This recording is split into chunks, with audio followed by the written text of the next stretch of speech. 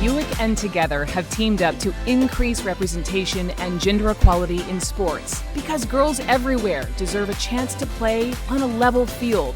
Join the conversation as we see her greatness. Come on. Hi, guys. How we doing? I know. We're reserving some of the applause for the play a little later, but, this is a warm-up crowd. So welcome to our huddle. This is thanks to, of course, Buick. They've been the sponsor of the NCAA since 1970. So thanks to Buick, thanks to Togethxr, we are here huddling it up in North Carolina. And I'm Brooke Baldwin, and I know a thing or two about huddles, too. I might have written a best-selling book called Huddle, How Women Unlock Their Collective Power. I interviewed several amazing athletes who I bet you guys are aware of. But listen, you're not here for me. It's okay. I know this. You're here for this, and you're here for these two ladies who are hiding out in this bus. So, shall I bring them out? Yes. Yes! Okay, first up, we've got an athlete who started her career in college at my alma mater, University of North Carolina at Chapel Hill, as the goalkeeper on the women's soccer team, and despite some injuries, this athlete triumphed to win three NCAA D1 championships for the Tar Heels. She was next to champion in the international arena of women's soccer, helping her team to win both in 2015 and in 2019. She recently announced her retirement. She has created an amazing new role there in addition to her roles as wife, mother of two, leader, and mentor. Please give it up for the Ashlyn Harris. She's so fly. You can sit in the middle. Sit on down, honey. Our next athlete, after winning school and club championships in her native Canada, our next guest chased her dream. Y'all, she moved to Arizona at age 15 by herself. There, she won state titles and earned a scholarship to UCLA. There's gonna be a little trash talk up here. I'm just warning us now. As a freshman, you guys, she started 18 of 19 games to set a new single-season record and became the Bruins' leading scorer 3 years in a row. Graduating to a series of pro clubs. She is a mom to two, and she's really fun to follow on the socials as well. She's gonna hobble out here. She is Sydney Leroux. Wait. Do you need my help? No, I'm okay. She's like, I don't know. Well, good, because I'm going to kick that. Welcome to being a professional athlete. Things we get to look forward to. That happen to your bodies. So obviously we're gonna, talk a little bit about the Tar Heels and the Bruins, and in just a second, shades of blue. But ladies, it's so nice to be here with you. Much love, much love. And let's first start just talking about, the tournament so far. And, here we're with Buick. There's a lot of, we talk a lot about moments of greatness. And so, Ashlyn, first to you. Like, looking back at the matches that have been played, what's a moment of greatness that you want to highlight? I mean, the whole experience of collegiate soccer, the camaraderie, it's like a sisterhood. It's like a huddle. It is completely a huddle moment, and I miss it so much because when you move to the professional stage, you're paid to perform. Yeah. And here, it's when people say for the love of the game, it's genuinely. You truly mean it. You truly mean it, because you're not. Well, at the time, I mean, I guess the rules are different now. They actually get paid. Yeah. Good for them. We're gonna get to that. Lucky. You're welcome. But yeah, it was a time where you played because you loved it, and you fell in love with the school and the community and the culture, and you were a student athlete. Yeah. So I enjoyed every moment at Carolina. It was the best experience of my life. You guys, Ashlyn earlier greeted the entire team. I bus sure did. And shouted out and high-fived, I think, every single woman who plays who got off the bus. Blast from your past. I can feel it. I can just watching you. I love being here. This stadium is home for me. Yeah. I've won national championships here, and You like to say that? Championships. well, yeah, I've won a few. Let's hope I bring a little good luck to the ladies tonight, right, Sid? Nah, I don't think so. All right, Sid, it's your turn. It's your turn. Moment of greatness, and feel free to. Yeah, I mean, same thing that Ash said.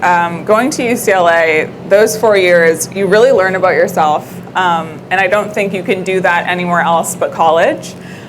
So I was really grateful for my time at UCLA, and I'm even more excited to see these young girls come up through the system, in a system that's much different than the one that we played in. So I'm so excited, and I'm excited for tonight, and of course, I believe in my Bruins, so we'll see. Just staying with you, Sydney, is there a player in particular that gives you flashbacks to your younger self playing at that same time? I have gotten to know a couple of them, and I'm really excited for Lily. I'm really excited for Ray. So I think they're going to bring it today. Yeah. Ash, what about you? Any players you want to shout out? Well, if you know anything about Carolina soccer, you know that did you see how the bus was 100 deep? Yeah. Of players. Yes. Anson likes to call it the flying changes. So what I love so much about North Carolina is the fact that so many people get an opportunity to play. Yeah. And the way in which we actually do play and press, it takes the entire squad. So I am looking forward to everyone making an impact, because I know what it's like to be on the bench, and I know what it's like to be on the field. And it genuinely, to win championships, it takes everyone. So I'm excited just to see a great game tonight, an entertaining game. I want to continue seeing women's soccer evolve, and I'm hoping it's a sold-out crowd, and this is really important for women moving forward. Yep. Yes to women moving forward, and we'll get into that, because thanks to Togethxr, we talk a lot about we need more media coverage. We need to be talking about this, especially at the collegiate level when we're talking about soccer. There won't be any dry eyes in that locker room, because it shows you the sacrifices these seniors have made. Everything beautiful comes to an end, and it's a moment of reflection and knowing when you take that field, you're fighting for those players for one last game. It was 15 years ago. I'm going to the door to your past. 15 years ago, on exactly this day today, so it was December 5th, 2008, you were a freshman. You guys were both, this was semifinals, this was UCLA versus the Tar Heels. You guys were undefeated until that game. Well, told you so. Tar Heels won by 1. And I'm wondering, for you, just as a freshman, what was that experience like for you? Take us back, Sydney Leroux. You know, that made me feel really old, and I'm sure it makes you feel even older. You know what? You're really throwing them in there now. But I will go off of what Ash said. I think, especially as a freshman and as a starter, yes, you have a lot to give, and you better come to play. Yeah. And I think those games, especially this game, you do play for the seniors. And you do play for the people who were there before you. And you know that this team is never going to be the same. And I think you go into every season and it's like that. And it's such a weird feeling, because when you get to the professional level, yes, not every team's going to be the same, but it's not going to be so drastic. Yeah. And so I remember that. It was for sure heartbreaking. And seeing Cheney cry, and me and Cheney are very close. You saw those seniors. Yes. Did they ever have conversations with you, or you just knew and it was like extra pressure on yourself? We knew. You knew. We knew. Yeah. You know that game is you not know only the for you, but it is for them. How about for you, Tar Heel? Well, I mean, if you think of all the greats in women's soccer, especially during my time, it was everyone came from Carolina. The pressure is so crazy for children that young, because you're starstruck, right? And everyone has an opinion. If you even tie, it's considered, at the time, the parity was completely different. A tie was looked at as a loss. So you had an incredible target on your back. The expectation was always to win. And it's a sense of pressure at a very young age. It's important, right? Because it only prepares you for what's next. So, we had huge expectations all the time. We carried a giant target on our back. How aware were you of this freshman starter when you were playing in that game? Yeah, of course. I mean, you do scouting reports, and Sid was an incredible athlete, and she was, part of the youth system, and they had some really, really heavy hitters. And for the first time in a long time, it was like Carolina wasn't necessarily the big guns of the tournament. Yeah. But I think that's the difference between the Carolina mentality at the time. When we come to championships, we know how to win. And I find that a lot of other teams just weren't experienced in those moments. But if you know anything about Carolina, every moment is ranked. So like in terms of pressure situations, you're in it every single day.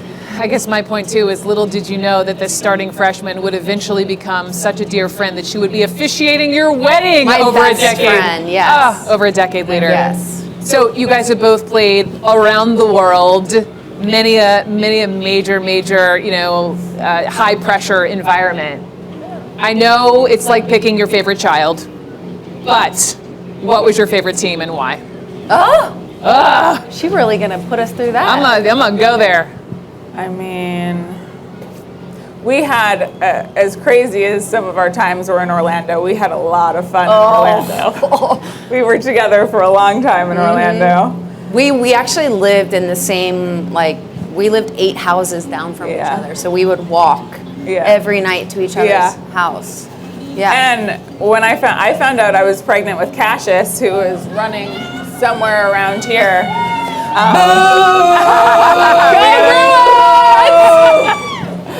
You can edit her out. And her and Allie were the first people to know that I was pregnant. Because I was like, so. That was a special moment. Yeah. So being in Orlando. In training camp, in the bathroom, she was so terrified to tell We him. had just won in Canada. And I'm pregnant. And I was like, thank God. Finally, some good news. We need more babies in this environment. Yeah. So you loved your time in Orlando. I loved our time in Orlando. But if there was, correct. but Sydney, if there was, I'm going to put you on the spot. I'm a journalist. I'm going to put you on the spot. Like if you were to choose a year, a team, a special magic mix of players. 2015 probably. 2015. 2015 I felt was like. What made it magic? It was intense. That was my hometown that I went back to, and it was emotional for sure. And being able to do it with like your closest friends and your family. My family was there to watch me where I grew up, and people I went to elementary school were like, awesome. talking to me, and I was like, this is so crazy. It's like a full circle moment. So for me, I would say 2015 with that group was pretty amazing. Ash, favorite team and why? I gotta be honest, my favorite team was the 2019 team that won in France. I really think we had a lot of eyes on us at the moment. I think our country was in absolute shambles with the political situation going on. And I just feel like we had a big moment where there was nothing stopping us. Yeah. We were so close. We were having so much fun. There was such a sense of freedom. I really genuinely feel like we united a country. No matter what side you stood on, it was a moment where you could just represent and root for the U.S. and not have to worry about all the mess that was going on. Yes. And I do think it's really, really important because so many eyes were on us just for hope. I feel like we were just a beacon of hope for a lot of people that were going through a really tough time. And we knew that, and we knew that we had to deliver. I remember volunteering. I hosted a show for a decade on CNN. I remember raising my hand and being like, can I go cover the ticker tape parade that morning? I totally did. Saw y'all and all your champagne, Lori. And it was an extraordinary moment in our country for that brief moment. So thank you both for that. So in terms of accomplishments, would you say, those are obvious major wins. Is there a lesser spoken of accomplishment in each of your individual playing histories that isn't maybe talked about as much, but for you it was a small moment that made a huge difference? And what would that be? I mean, having 2 babies and coming back is probably probably. Get it, girl. Get it. That's not easy. Yes, moms. Unbelievable. And during 2019, I gave birth to my daughter when they beat France. So that was a pretty cool day for me. Yes. And for you. But yeah, I came back to play with Orlando 93 days after giving birth to my daughter. So Wow. Breastfeeding at halftime in the Yeah. locker room. Like, women are incredible. yeah. And she's one of them. Yes. Like, it's insane. Yes. Yes. Women and mothers. Women can are. do hard things. Women can Whoa. do Yes. hard things. Yes. How about you, Ash? What's a lesser spoken of but major Honestly, accomplishment for I you? think people know me by now, and I feel that we're given gifts in life, right? And I genuinely feel like soccer gave me the gift to speak on a stage where people actually listen. I think you're given things in life, and what you choose to do with it is what makes or breaks you. Yeah. And I feel like soccer has always been a process to give me a seat at the table, to show up for my LGBTQ community, to show up for my queer, biracial family, and to be able to sit and have conversations with you and really impact and create change. For me, that's been the greatest gift soccer has given me. Yes. And I plan on running with it for a very long time. Yes, yes, Ashlyn Harris. Hell yes.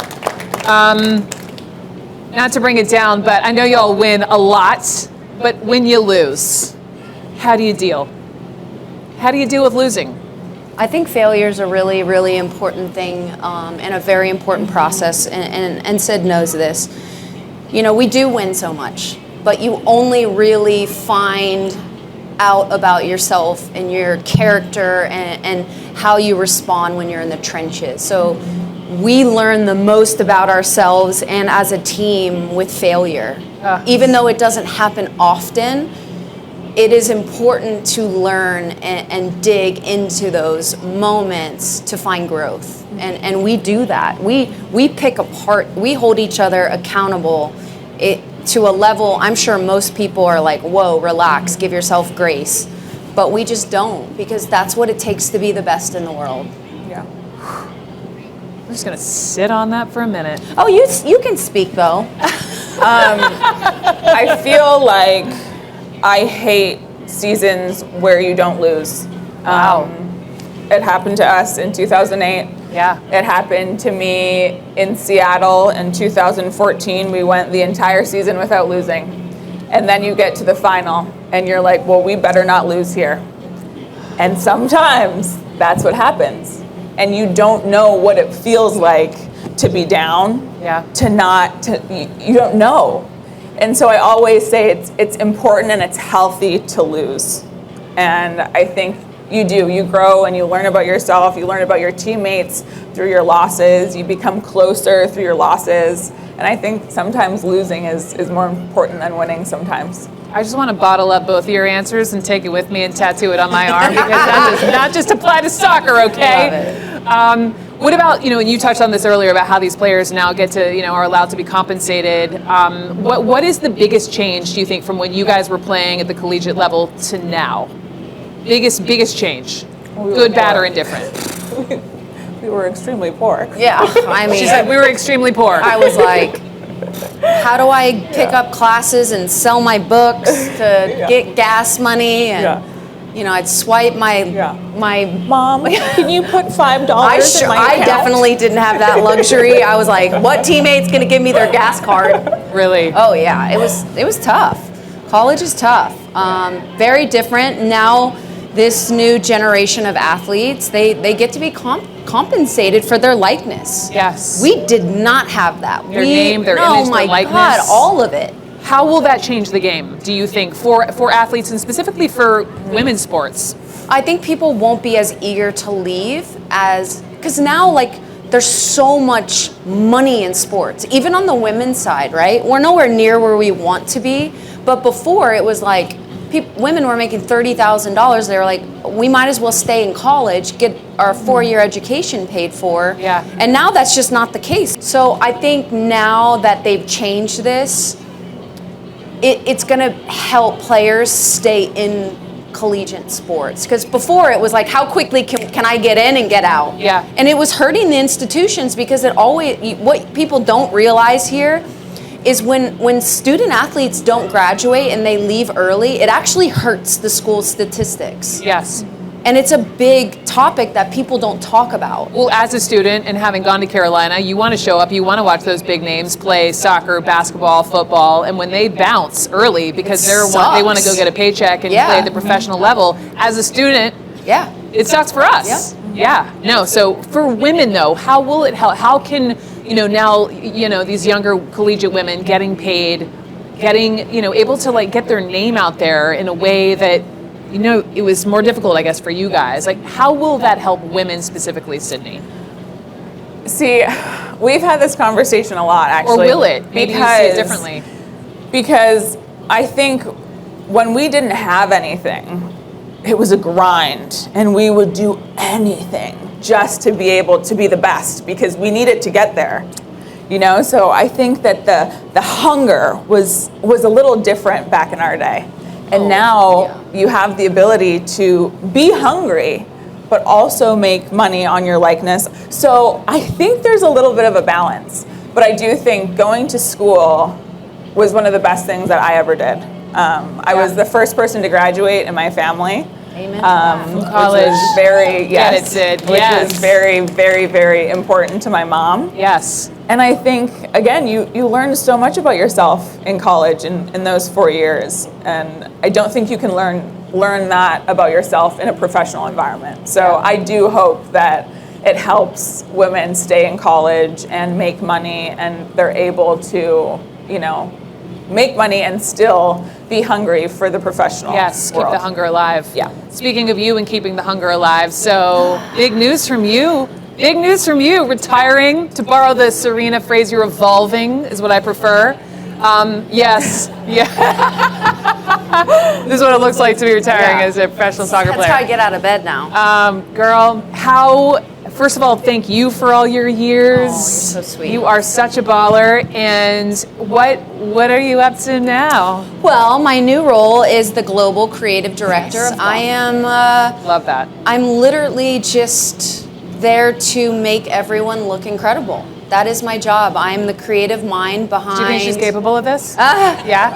Everyone's like, yeah. I was built for this. Yes. And it being in New York, building a global brand far beyond the field is important, because that's how you bring everyone in, right? So we're trying to build something very, very special, something actually very similar to LA, yes. And it's really just polishing everything, buttoning everything up, making everything look professional, making fan experience better, player experience better. Yes.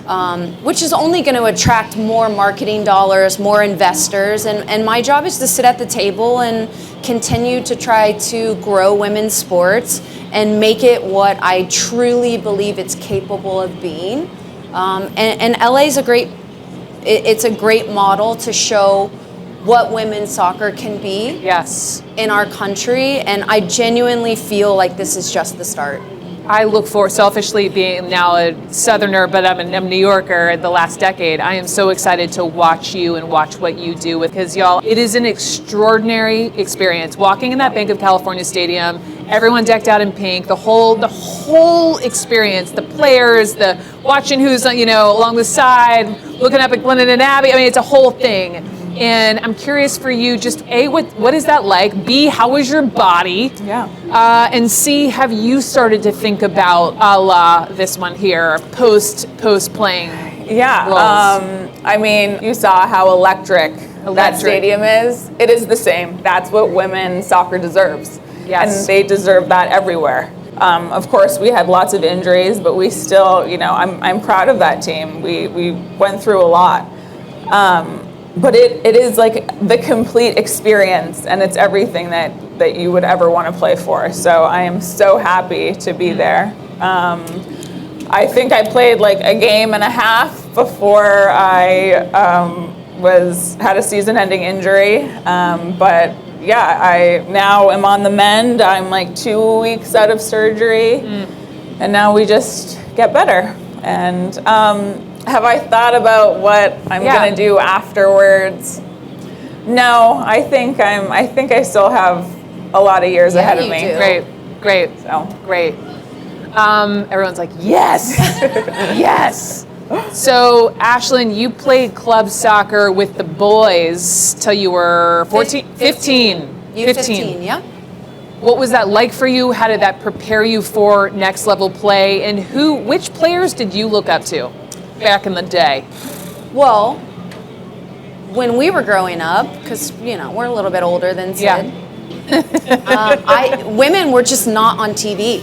So I get this question all the time. I mean, when I see these young girls in the stands, like, you guys are so lucky that you have role models that look like you, that feel like, okay, I can actually do what she does. See her greatness. So these, like, the athletes that I watched all the time on TV were men. Yeah. So I knew I didn't identify and look like them, so I would tell my mom, I'm not putting my hair up to go to soccer practice. I have to look like that.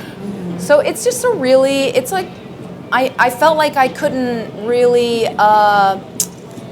identify with who I wanted to be, and because you didn't see it. I just didn't see it. Makes total sense. So it was, if you don't see it, how can you be it, right? Yes. So people always talk about that.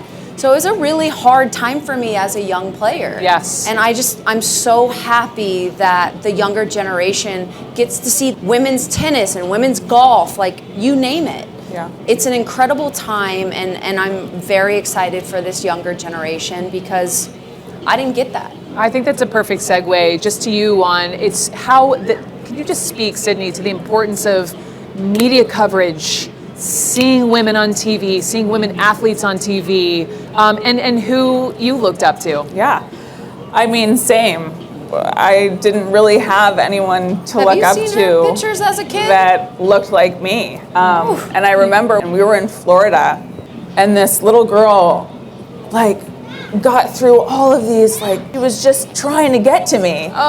And she was bawling, and she was like, "You look like me." And she was this little black girl, and I remember it like it was yesterday. Wow. And I think every single child, no matter what you look like, has someone to look up to now, which I think is amazing. Let's get it, Sydney. Yes! I love that story. Love that. Thank you for sharing that. Last question, I just want to shout out your wife, who is There she is. And let's just talk about you guys for a second. Okay. Moms, babies, power couple. How's life? Life is so good. I'm so blessed. I am so incredibly grateful. Yeah. And we have 2 beautiful children that we absolutely adore, and it's given us so much perspective. Yeah. And we're just growing this family that we've always imagined. Yes. Brooke and I were sitting down In Chapel Hill at our local pizza joint a couple years ago. Yeah, and I was just saying, I want to get married, I want to have kids, I want to be more than just soccer. She's literally And checked now all I'm 3 boxes. living that life. She has manifested that stuff. So I'm so incredibly happy. I'm exactly where I want to be, and the fact that my children are young, I'm retired, and I can show up for them the way they deserve and take them to school and to the playground. Yeah. I am incredibly grateful and excited for this new chapter. Love it. Love it.